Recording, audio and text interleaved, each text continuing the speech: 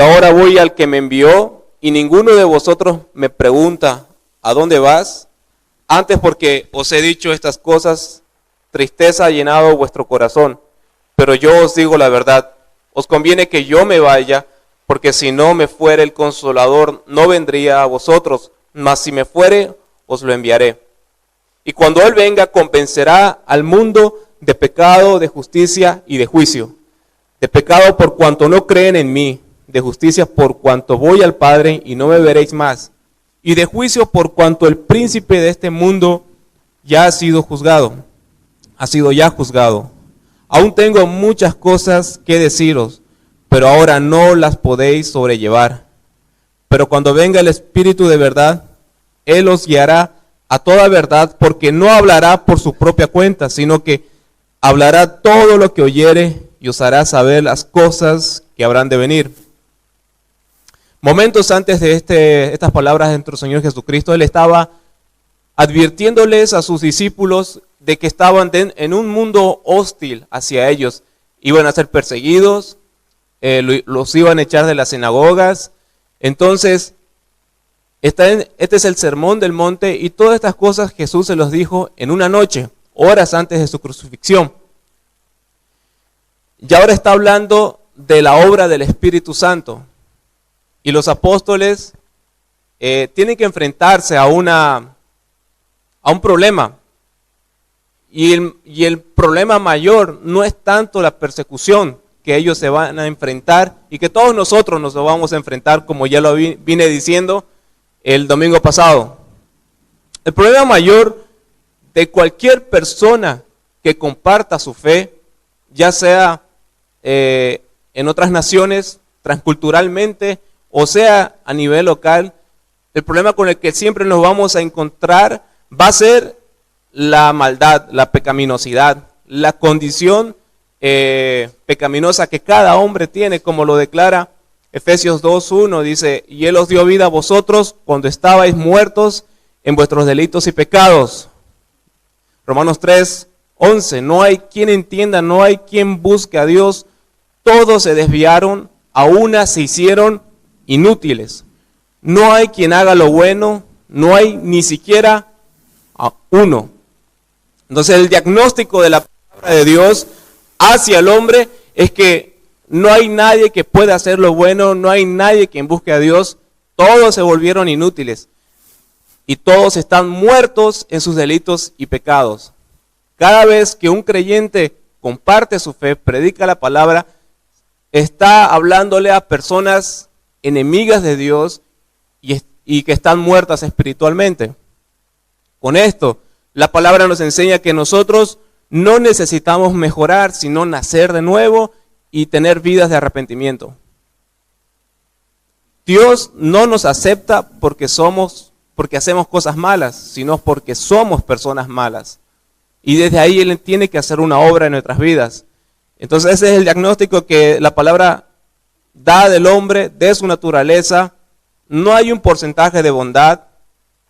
Y si hubiera algo de bondad, es por la gracia de Dios o su misericordia que está operando en nosotros. Ahora viene una pregunta, ¿por qué era necesario que el Espíritu Santo tome el lugar de Cristo? Yo lo divido en 3 puntos, para que Cristo vuelva al Padre una vez haya efectuado su obra. Segundo punto, para convencer al mundo de pecado, de justicia y de juicio.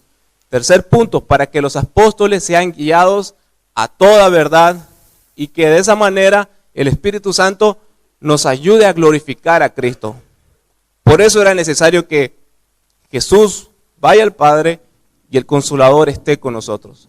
Porque seguramente casi nadie de nosotros pudo haber estado con Jesús, aún estando en la época de Jesús. Porque el cuerpo físico de Jesús solamente podía estar en un solo lado. Pero ahora el Espíritu Santo está en todos lados en un mismo tiempo. Versículo 5, pero ahora voy al que me envió y ninguno de vosotros me pregunta, ¿a dónde vas? Antes porque os he dicho estas cosas, tristeza ha llenado vuestro corazón. Pero yo digo la verdad, os conviene que yo me vaya, porque si no me fuera el Consolador no vendría a vosotros, mas si me fuere, os lo enviaré. Cristo ya estaba efectuando su obra salvadora. Él estaba inaugurando el Evangelio ya de una manera clara y perfecta para que el hombre pueda entender y no tenga excusa de que Cristo no vino. Es más, se cumplió. Él estaba haciendo el cumplimiento de lo que los profetas estaban hablando acerca de él hace 3000 años atrás. Y Jesús les está diciendo que no me preguntan a dónde voy, pero momentos antes, en Juan 13:36, ya le habían hecho esa pregunta. Le dijo Simón Pedro, Señor, ¿a dónde vas? Jesús le respondió, a donde yo voy no me puedes seguir ahora, mas me seguirás después. Después en Juan 14:5 le dijo Tomás, Señor, no sabemos a dónde vas, ¿cómo pues podremos saber el camino?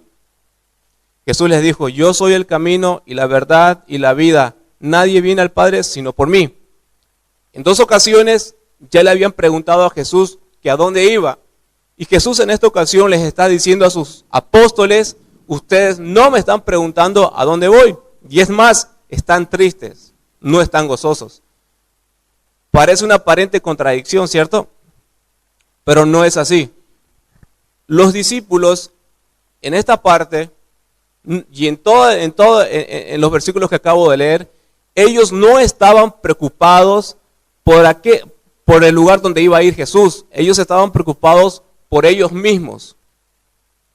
Ellos estaban preocupados porque ya no iba a estar con ellos Cristo, su maestro, el Mesías, y Jesús estaba anunciando su partida en esos instantes, y los apóstoles estaban turbados, no por Cristo, sino por ellos. Los apóstoles estaban inseguros y temerosos, no por lo que le iba a pasar a su maestro, sino por lo que les iba a pasar a ellos sin su maestro. Y eso se parece mucho a la naturaleza nuestra. Sale a flote el orgullo y el yo personal. Todo queremos que gire a nuestro entorno.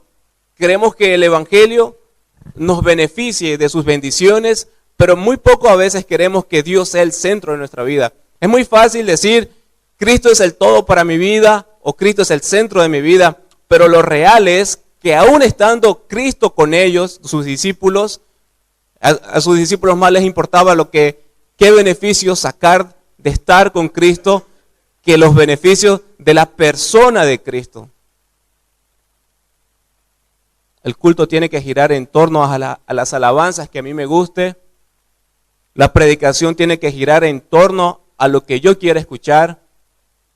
Donde yo vaya quiero ser servido, y nos olvidamos de que como hijos de Dios, nosotros tenemos en primer lugar la posición de hijos y de siervos antes de cualquier otro privilegio que podamos tener en el Evangelio. Primero somos hijos y siervos. Entonces los apóstoles reflejan la actitud de orgullo y de buscar el beneficio personal, que nosotros también caemos en eso. ¿Cómo no decirlo que casi a diario? Los apóstoles en realidad no están interesados en dónde va a ir Jesús. Y ellos no están viendo más allá del presente. A pesar de que Cristo ya les había anunciado su muerte en otras ocasiones.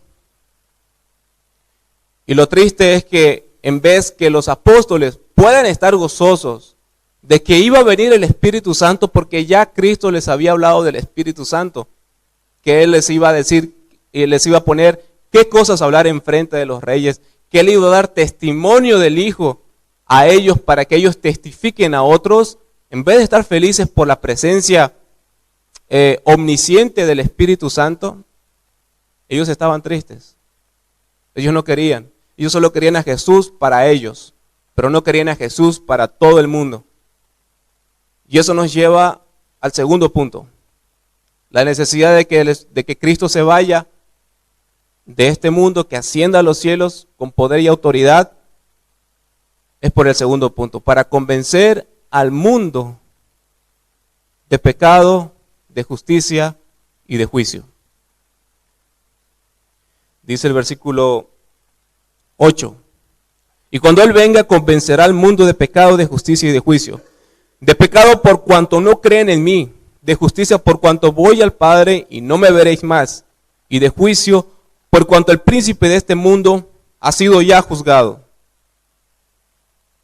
El Espíritu Santo no viene a convencernos de que necesitamos que Cristo nos llene los vacíos de nuestro corazón. El Espíritu Santo no viene a convencernos de que Dios es amor, ni tampoco viene a convencernos de que Dios tiene un plan maravilloso para nuestra vida. El Espíritu Santo puede hacer esas cosas y Cristo lo puede hacer, pero no es a eso primeramente que viene el Espíritu Santo. El Espíritu Santo viene a convencer y a exhibir toda nuestra vergüenza, toda nuestra culpabilidad. La palabra convencer en esta porción de la Escritura significa convencer, exponer, avergonzar, refutar, redarguir, es decir, probar que esa persona está en error y de esa forma avergonzarla. De esa manera viene el Espíritu Santo a convencer el pecado. Saca a la luz la maldad de nuestros corazones. Si no hay de otra manera, Él nos hace ver que somos los primeros candidatos a ser quemados en el infierno. Si nosotros, si tú amigo o hermano, nunca has tenido la necesidad, nunca te has visto delante de Dios como alguien totalmente injusto y alguien que no necesita más que lo peor de esta vida delante de Dios, delante de su santidad, si nunca has visto a Dios y lo has visto de una manera traumática por su santidad, como lo vio Isaías, miserable de mí que ha visto a Dios, yo de labios inmundos, si nunca has visto a Dios de esa manera, es porque nunca has sido convencido de pecado y lo que realmente estás teniendo en tu vida es un remordimiento humano. Remordimiento es simplemente sentirse mal por algo y esa es tu moralidad, tu conciencia y no el Espíritu Santo. Porque una cosa es que sea el Espíritu Santo que te convence de pecado y otra cosa es que tu moralidad, puesta por Dios también, pero eso no te conduce a Cristo. Eso te conduce a sentirte mal por algo que has hecho de manera temporal y nada más, punto final. La convicción que produce el Espíritu Santo es de culpa. Es de hacerte Él destroza totalmente tu autoestima, tu orgullo, tu autoimagen, tu irreprochabilidad. Él viene a destruir todo eso en tu vida para que mires a Cristo y veas que la justicia de Cristo es lo más valioso que puedas tú tener. El Espíritu Santo lo hace eso para que tú puedas llegar a Cristo. Hace todo eso para que podamos llegar a Cristo. Si tú nunca has tenido una experiencia como la que estoy mencionando, es porque realmente tú no eres cristiano y te lo digo con toda seguridad. Él tiene que hacerte ver que tú eres alguien que hace cosas malas y que de vez en cuando puedes hacer cosas buenas por su gracia. No que eres una persona buena y que de vez en cuando haces algo malo. No, es al revés. Por eso es que Él viene a convencernos de pecado y nadie más puede hacer eso que el Espíritu Santo. Nadie más puede hacer eso. Cuando Pedro predicó en el sermón del Pentecostés, en Hechos 2, varones hermanos arrepentidos y convertidos para que vengan tiempos de refrigerio de parte de Dios. Y estaban compungidos los judíos en ese momento cuando Pedro estaba predicando. Pero si Pedro hubiese predicado ese mismo sermón una semana antes, 2 días antes, nada de eso hubiese pasado. Cuando Jonás fue a predicar a Nínive, a los ninivitas, que eran personas totalmente bárbaras, eran sanguinarios, eran salvajes. Si Jonás iba por su propia cuenta sin la voluntad de Dios, Jonás iba a ser comida de esos bárbaros o decapitado, cualquier cosa. Pero él fue enviado por el poder de Dios en el Espíritu Santo y fue el Espíritu Santo que trajo convicción a los ninivitas en el Antiguo Testamento. Y de esa manera pudieron ellos volver a Dios. Entonces, hermanos, estamos viendo que el Espíritu Santo no viene a decirnos cosas muy bonitas en un inicio. Una vez que Él hace eso, empieza a reafirmar el amor de Dios en nosotros. Pero al mundo no le importa el amor de Dios. Si tú vas y le dices a alguien, Dios te ama, eso es lo que menos les importa a alguien. Eso es lo que menos te importó a ti. Y esa es la razón por la que nadie nace siendo cristiano. Pero cuando el Espíritu Santo viene y te muestra la ley de Dios y te hace ver que eres culpable y convicto de justicia delante de Dios, te ves perdido y sin esperanza. Pero cuando el Espíritu Santo hace eso, despierta fe en tu corazón y te hace mirar a Cristo y lo ves a Él como la perla del gran precio, como el tesoro escondido.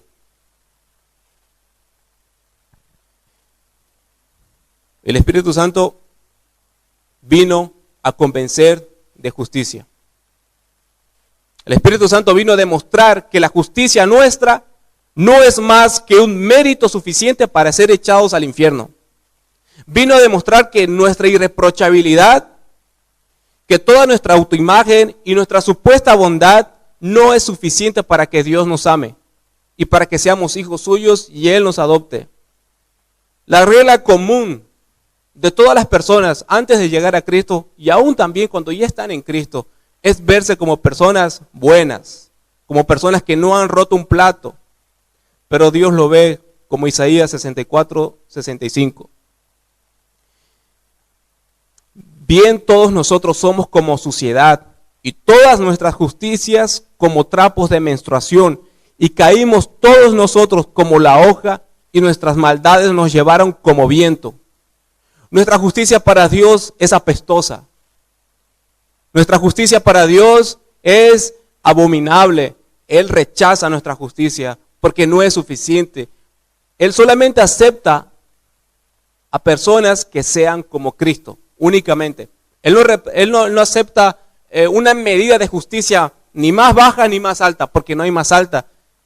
Dios solo acepta a alguien que sea como Jesús.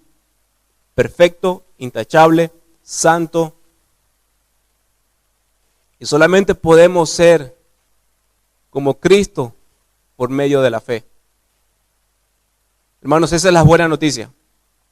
Que nosotros, al ejercer fe y arrepentimiento en Cristo, se nos traspasa la justicia y bondad y santidad y perfección. Toda la vida que vivió Cristo en esta tierra, todos sus méritos se nos atribuyen a nosotros por medio de la fe y arrepentimiento. De otra manera, nuestra justicia es abominación, es como un trapo de menstruación para Dios.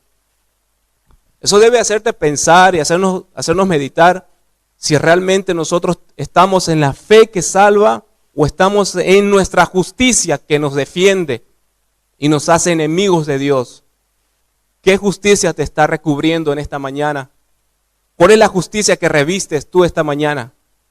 Es la justicia de Dios, porque el Espíritu Santo se va a encargar de hacerte recuerdo y de convencerte de que tu justicia no vale un centavo. Filipenses 3:8, el apóstol Pablo dijo, yo estimo como pérdida todas las cosas en vista del incomparable valor de conocer a Cristo Jesús, mi Señor, por quien lo he perdido todo y lo considero como basura a fin de ganar a Cristo. ¿Cómo consideraba Pablo toda su religión, todo lo que él sabía, toda su justicia? Porque él era un romano, era judío, él tenía una nacionalidad doble, él tenía mucha posición de honor. El conocimiento que él tenía era magnífico. Él tenía un currículum judío de judíos, hebreo de hebreos, fariseo de fariseos, maestro de la ley, instruido por Gamaliel desde niño. Pablo tenía mucho de qué jactarse en esta vida, pero él dijo, todo eso, mi justicia, mi decencia, no vale nada por causa del conocimiento, del inmensurable amor de conocer a Cristo, y todo lo considero como basura. ¿Sabe qué significa basura en este texto? Como estiércol humano. A ese punto llegaba Pablo a menospreciar su justicia, porque sabía que la justicia de Cristo es lo más hermoso y espléndido que él pudo haber conocido por la obra del Espíritu Santo en su vida, porque el Espíritu Santo lo convenció. Hermano, si tú te sigues viendo como alguien que es merecedor de justicia, que es merecedor de gracia, merecedor de misericordia, es tal vez porque tú nunca has entendido el Evangelio. Pablo, aún después de tener una experiencia con Cristo personal, él se veía a sí mismo como alguien que no necesitaba de su justicia. Por eso es que un cristiano lo primero que demuestra antes de buscar defenderse ante una acusación, lo primero que demuestra es misericordia. Lo primero que demuestra es el fruto del Espíritu. Lo primero que demuestra es amor, bondad, benignidad, y no muestra su justicia, porque su justicia no vale un centavo. Muestra a Cristo. Miremos cómo responde Job ante la justicia de Dios. Job 44. He aquí yo soy insignificante. ¿Qué puedo yo responderte? Mi mano pongo sobre mi boca. Job vio a Dios en toda su santidad y en todo el despliegue de sus atributos por medio del sufrimiento. Y Job dice, he aquí yo soy insignificante. ¿Tú te puedes catalogar así delante de Dios? ¿O es algo que siempre lo dices de una manera cliché para que Dios te bendiga? No, Job lo estaba diciendo de una manera sincera y sabía con convicción lo que estaba diciendo, porque él había sido convencido por el Espíritu Santo. ¿Qué puedo yo responderte? Mi mano pongo sobre la boca. Job 14:4. ¿Quién hará algo limpio de lo inmundo? Nadie. ¿Qué estaba diciendo Job ahí? Que él se declaraba inmundo. ¿Qué puede hacer un inmundo? ¿Puede un inmundo hacer algo limpio? No. ¿Por qué no puede hacer algo limpio? Porque cualquier obra, cualquier cosa que yo haga en esta vida para Dios, siempre será inmundo sin Cristo. Si no estoy recubierto por la justicia de Cristo. ¿Y cómo voy a ser recubierto por la justicia de Cristo únicamente? Por medio de la fe y el arrepentimiento.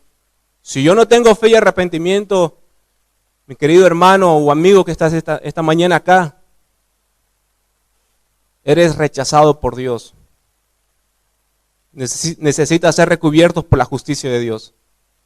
Necesitas ser convencido de pecado y de esa justicia.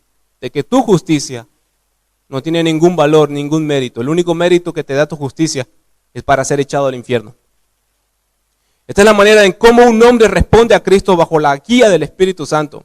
Así como respondió Pablo diciendo que todo lo considera como basura. Y así como Job, que dijo que él es insignificante e inmundo. Estas verdades solamente suceden y se hacen vida y realidad en el contexto de la predicación. Recordémonos que Jesús estaba preparándolos a sus apóstoles para que sea el génesis, el establecimiento de la iglesia en los hechos, con la venida del Espíritu Santo. Les estaba diciendo Jesús, miren, cuando venga el Consolador, Él hablará por ustedes, cuando ustedes prediquen. Él se encargará de convencer a las personas de que están lejos de Dios y que son abominables delante de Dios por su justicia. No hay otra persona que lo va a hacer sino es el Espíritu Santo. Es una obra divina. Por eso, hermano, tú debes de predicar la palabra de Dios en el lugar donde estés, con quien estés. Porque la iglesia se sigue ensanchando.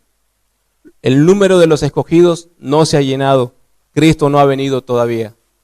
Es el tiempo de seguir predicando porque no estamos solos.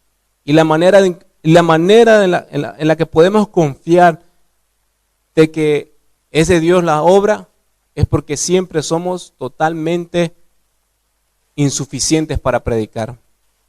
¿Quién es suficiente para hablar de Cristo delante de alguien o a alguien? Nadie es suficiente para hablar de Cristo. ¿Quién puede convencer a una persona de pecado? Nadie. ¿Quiénes son inútiles para predicar? Todos nosotros. Porque la salvación es del Señor. Y Él solamente puede convencer. Es la obra de Él. Él solamente usa vasos. Usa vasos de honra. Y eso nos lleva al al tercer subtítulo. El Espíritu Santo vino a convencer de su juicio y de que nuestro juicio está equivocado. 2 Corintios 3 dice, pero si nuestro evangelio está aún encubierto entre los que se pierden, está encubierto, en los cuales el Dios de este siglo cegó el entendimiento de los incrédulos para que no les resplandezca la luz del evangelio de la gloria de Cristo. Es por esta razón que las personas antes de llegar a Cristo,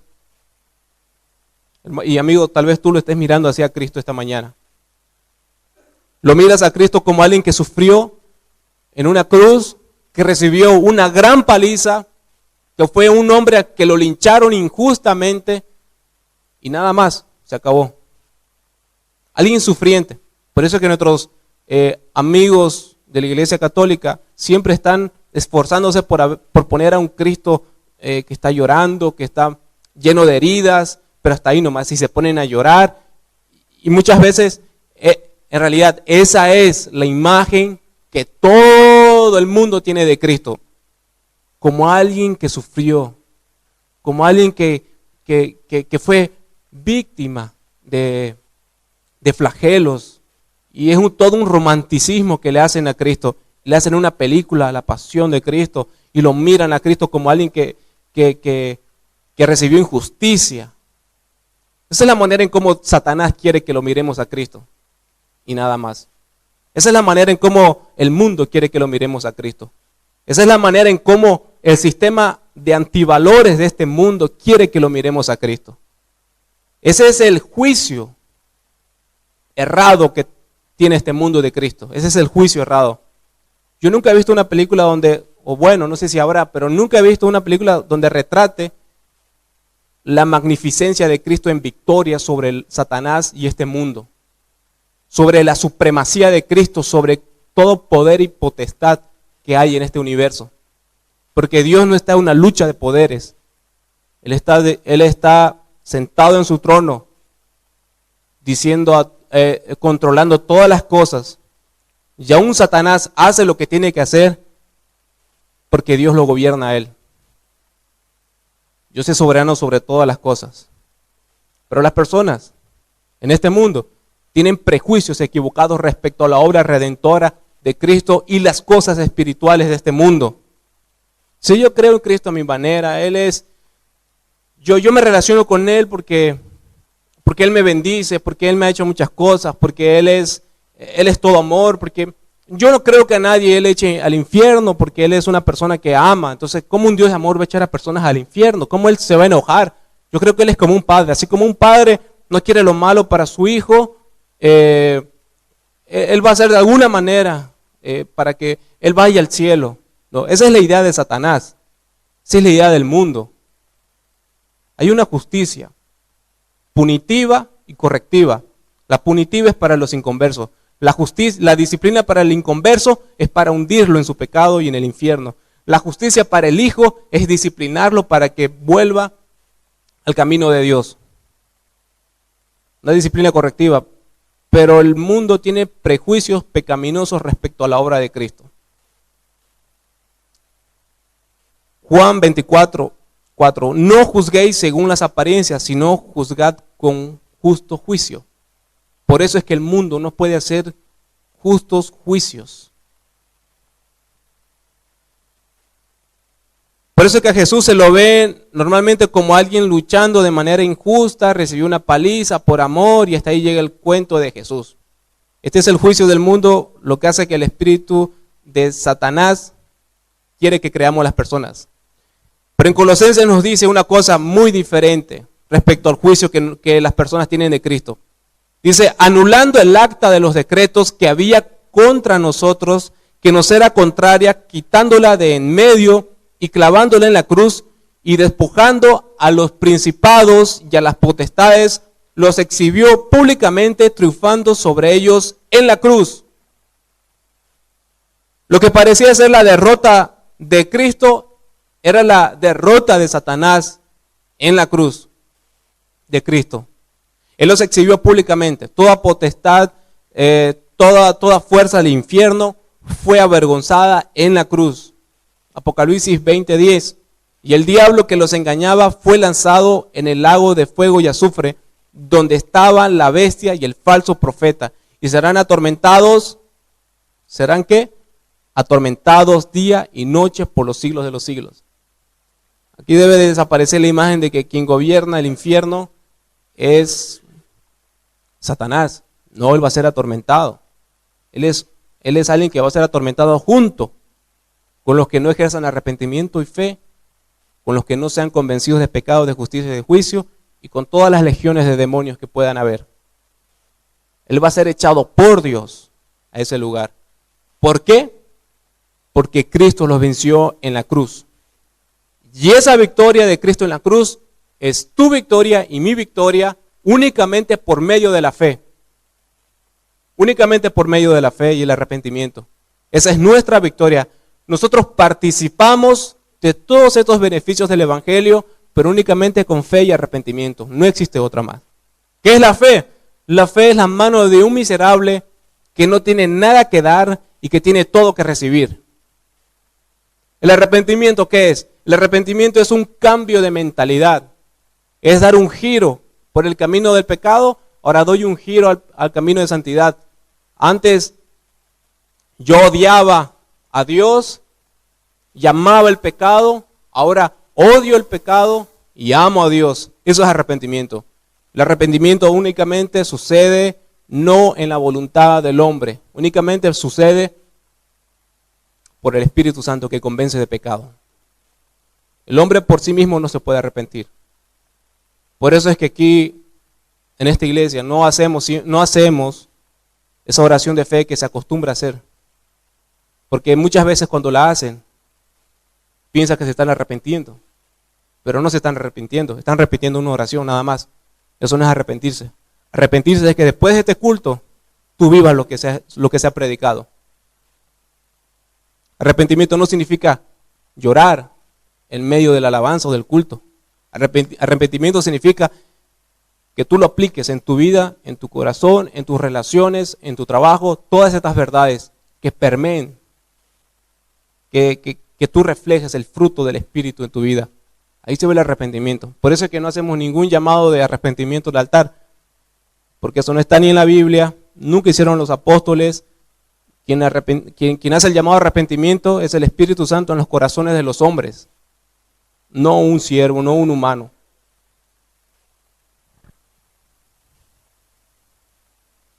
Dice, porque no nos predicamos a nosotros mismos, sino a Jesucristo como Señor y a nosotros como vuestros siervos por amor de Jesús. El centro del arrepentimiento y de la convicción de pecado y de la justicia de Dios y el juicio que Él va a dar sobre este mundo, únicamente se da a conocer por medio de la predicación de Cristo. Por eso es que las ideas que yo pueda tener en este lugar son pecado. Por eso es que es importante que hermanos oren por quienes suben a compartir la palabra, porque cada vez que suben aquí a compartir la palabra, Dios está con una lupa mirando el sermón que yo tengo aquí. Y si hay algo que está mal aquí, yo voy a rendir cuentas, porque estoy pecando al decir cosas que no están en la Biblia. Estoy pecando al decir mis ideas, mis opiniones, lo que yo quiero que diga la palabra, lo que yo quiero que todos escuchen. No, yo tengo que decir lo que Dios ha establecido en su palabra.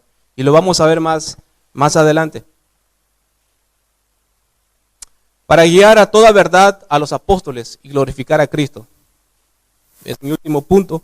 Dice, pero cuando venga el Espíritu de verdad, Él os guiará a toda verdad, porque no hablará por su propia cuenta, sino que hablará todo lo que oyere y os hará saber las cosas que habrán de venir.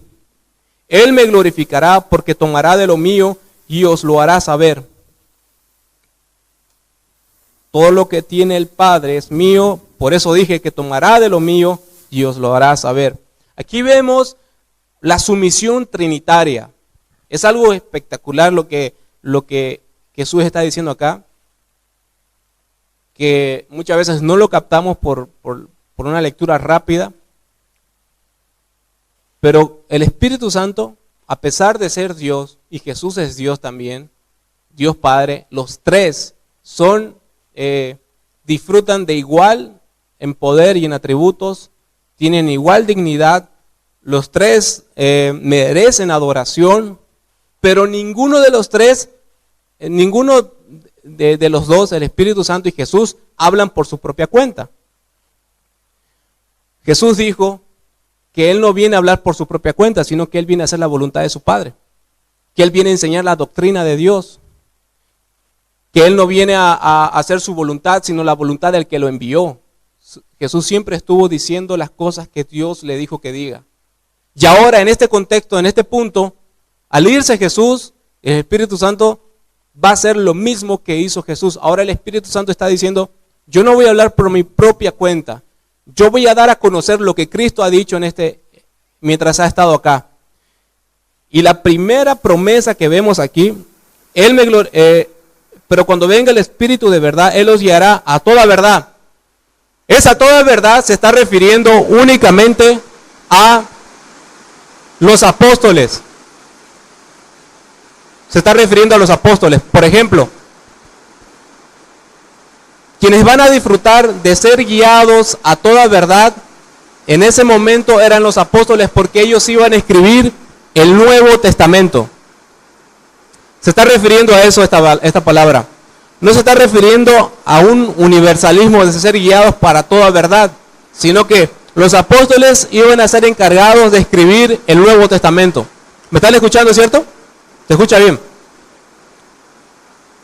Por ejemplo, cuando una persona, todo lo que yo estoy diciendo en este momento, nadie aquí, al llegar a su casa, lo puede escribir, ¿cierto?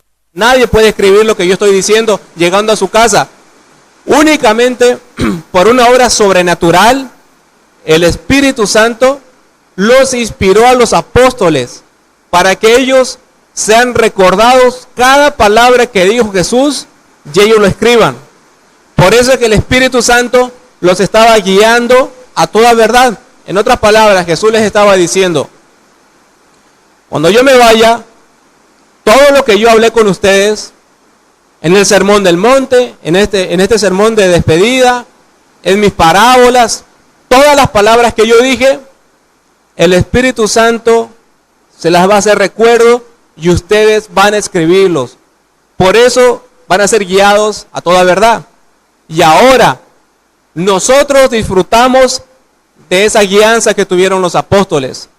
Por esa guianza que tuvieron los apóstoles, nosotros somos conducidos a Cristo por la palabra. Por la palabra. Sino que hablará, porque no hablará por su propia cuenta, sino que hablará todo lo que oyere y os hará saber las cosas que habrán de venir. Es decir, el Espíritu Santo no busca que se le glorifique a Él.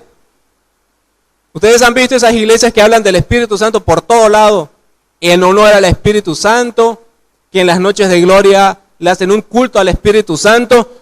Cualquier énfasis, quiero que me escuche bien, cualquier énfasis que se haga a cualquier doctrina de la Biblia, que no sea Cristo el énfasis, es una doctrina de demonios. Hablar del Espíritu Santo de una manera enfática es hablar de parte del diablo. ¿Por qué? Porque el Espíritu Santo es glorificado cuando Cristo es exaltado, no cuando el Espíritu Santo es exaltado. Es cuando Cristo es exaltado. Porque la función del Espíritu Santo aquí en la tierra no es exaltarse a sí mismo, es exaltar a Cristo. Esa es la manera correcta de mirar al Espíritu Santo. Una persona que está exaltando a Cristo no se exalta a sí mismo. Por esa razón, hermanos, Cristo es el centro del Nuevo y del Antiguo Testamento, porque la persona central de la Biblia es Cristo. Juan capítulo 1, 45. Felipe halló a Natanael y le dijo, hemos hallado a aquel de quien escribió Moisés en la ley, así como los profetas, a Jesús, el hijo de José de Nazaret. Moisés escribió de Jesús y Juan le dice a Natanael, lo hemos encontrado de quien escribía Moisés, de Cristo, el Mesías. Juan capítulo 5, versículo 9, Jesús decía, escudriñad las Escrituras porque a vosotros os parece que en ellas tenéis la vida eterna. ¿Y quién es la vida eterna? Jesús. Y ellas son las que dan testimonio de mí. Es decir, cuando Jesús dijo, ellas son las que dan testimonio de mí, ¿a qué libro se estaba refiriendo? ¿A Colosenses, a Efesios, a Lucas, a Mateo? No, él se estaba refiriendo al Antiguo Testamento, porque todo el Antiguo Testamento da testimonio de Cristo. Él es la persona central del Antiguo Testamento. Por eso cuando los fariseos lo enfrentaban a Jesús, Jesús les decía, ¿no han leído la ley? Era un insulto que les diga eso, porque toda la ley se resume en Cristo, apunta a Cristo. Hechos 10:43. De esta dan testimonio todos los profetas, que todos los que en él creyeren, en Cristo, reciban perdón de pecados por su nombre. Hermanos, veamos esta sumisión de la Trinidad. El Hijo no hablaba sino lo que el Padre decía. El Espíritu Santo no venía a hablar por su propia cuenta, sino lo que Cristo habló. Porque Cristo es el centro del Antiguo y del Nuevo Testamento. Y al ser predicado Cristo, solamente Cristo y exaltado Cristo, podemos ser convencidos de pecado, de justicia y de juicio. Porque todo lo que tiene el Padre es de Cristo. Por eso dice Jesús, que Dios tomará de lo mío y os lo hará saber. En esta parte nos ayuda a no caer en dos extremos. Concluyendo, esta es una parte muy, muy importante. Caer en el emocionalismo o caer en una ortodoxia, en una predicación fría, vacía y carente de pasión. Por ejemplo, muchas veces, es decir, casi siempre en las iglesias, normalmente, siempre te están instando a que grites para que Dios sea glorificado. Un grito de júbilo, y mientras más sean tus decibeles, Cristo es más glorificado. Mientras más vueltas des, Cristo es más glorificado. Mientras más tú aplaudas, Cristo es más glorificado. Y todo se convierte en un carnaval porque el predicador, la alabanza, está diciendo que hagas ruido, que hagas bulla, que hagas montones de cosas, como si de eso dependiera que Cristo sea exaltado. Ese es el emocionalismo. Me gusta lo que dice Piper en su libro Predicación Exultativa. Cuando los cristianos se reúnen para adorar, el objetivo de aquellos que lideran debe ser exponer la mente de los adoradores a los conceptos de Dios más verdaderos y claros posibles, de tal modo que despierten en el corazón de los adoradores los afectos más puros y apropiados para Dios. Es decir, cuando se experimenta emociones intensas sin una medida de verdad que las justifique, a esto se llama emocionalismo y carece de valor. Dios es glorificado cuando nosotros respondemos con pasión a las verdades que se nos está dando. Cuando se habla del infierno, ¿qué emoción tiene que venirnos? El temor, el horror, nos tiene que venir un sentimiento de reverencia ante Dios. Cuando se nos habla del amor de Dios, ¿qué se nos tiene que venir? Alegría, pasión, júbilo, pero con una emoción digna y apropiada a la verdad. Ese es el equilibrio que debemos de tener ante la palabra de Dios y su verdad. Dice Jonathan Edwards, no creo que se deba responsabilizar a los ministros por despertar en exceso los afectos de sus oyentes, si aquello que los conmueve es aquello que es digno de su afecto, y si sus afectos no son provocados más allá de lo que merecen su importancia o dignidad, yo consideraría mi deber despertar los afectos de mis oyentes tanto como puedo, siempre y cuando lo que los conmueva sea nada más que la verdad. Eso es lo que hace el Espíritu Santo, hermano. El Espíritu Santo está diciendo, Cristo es más glorificado cuanto más conocen de Él. Cristo es más glorificado y exaltado cuanto más doctrina haya en mi cabeza y cuanto más pasión haya en mi corazón. Por eso es que los puritanos decían que un cristiano debe tener luz en su vida y calor. No debe ser solamente luz, emocionalismo. O no solamente debe ser calor, ser una persona que sabe mucho y que no expresa emoción cuando habla de Él o cuando se refieren a la Escritura, sino alguien que tiene una pasión equilibrada hacia las verdades de Dios. Cristo es glorificado cuando más conocemos de Él y cómo respondemos hacia Él. Nuestros afectos, nuestras emociones. Por eso es que Jesús está diciendo, Él me glorificará porque tomará de lo mío y os lo hará saber. Cuanto más conoces de la persona y de la obra de Cristo en tu vida, más Dios es glorificado en tu vida. Sin caer en esos excesos. Y esto nos lleva a la última parte. Todos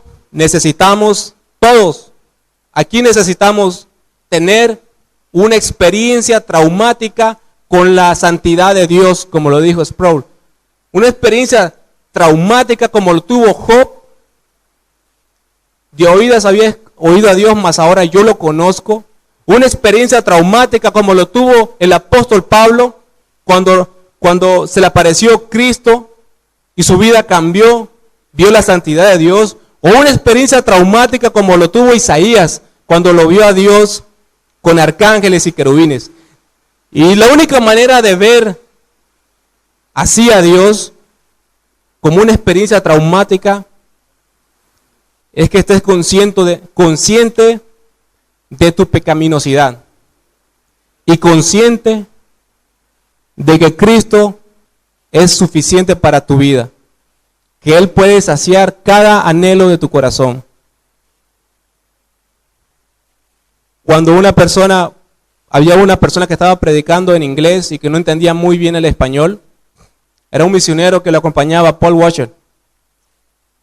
Y este misionero no entendía, no podía expresar muy bien el evangelio.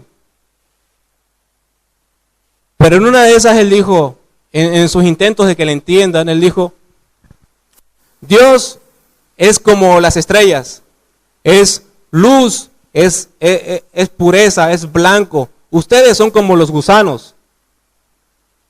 Dios es santo y nosotros impuros. En ese momento, esas personas que escucharon esas palabras, que tal vez podían ser tan ofensivas, pero él estaba demostrando que la santidad es como las estrellas y que nosotros como gusanos sucios. Y por esa razón, por el pecado, necesitamos desesperadamente arrepentirnos ante un Dios 3 veces santo. Eso es lo que necesitamos esta mañana, hermanos. Que esta obra que hace el Espíritu lo haga esta mañana en este lugar. Porque no vaya a ser que mañana te despierte la justicia de Dios y no su misericordia. Haz de este día el día de tu arrepentimiento, porque mañana puede ser el día de tu muerte. Señor, te doy gracias porque tú nos has acompañado hasta este momento, Señor, con tu verdad. Y queremos pedirte que sea tu Espíritu Santo convenciéndonos realmente como lo hace Él, de pecado, de justicia y de juicio. Que nos haga ver la pecaminosidad que hay en nosotros, Señor. Que nuestra justicia no vale un centavo, Señor. Y que viene un juicio, Señor, para declarar justos y culpables a unos y a otros, Señor. Corremos hacia ti, nos abandonamos, Señor. Tú eres nuestro refugio, nuestra fortaleza, y no hay otro como tú. Ayúdanos a ver a Cristo como supremamente el quien deleita nuestra alma, Señor. quien nos bendice y quien nos llena de favores, eres tú, Señor. Y tú has prometido colocar tu amor sobre aquellos que se arrepienten y darnos la justicia de Cristo a nuestro favor. Nos arrepentimos y te pedimos perdón por todas nuestras maldades.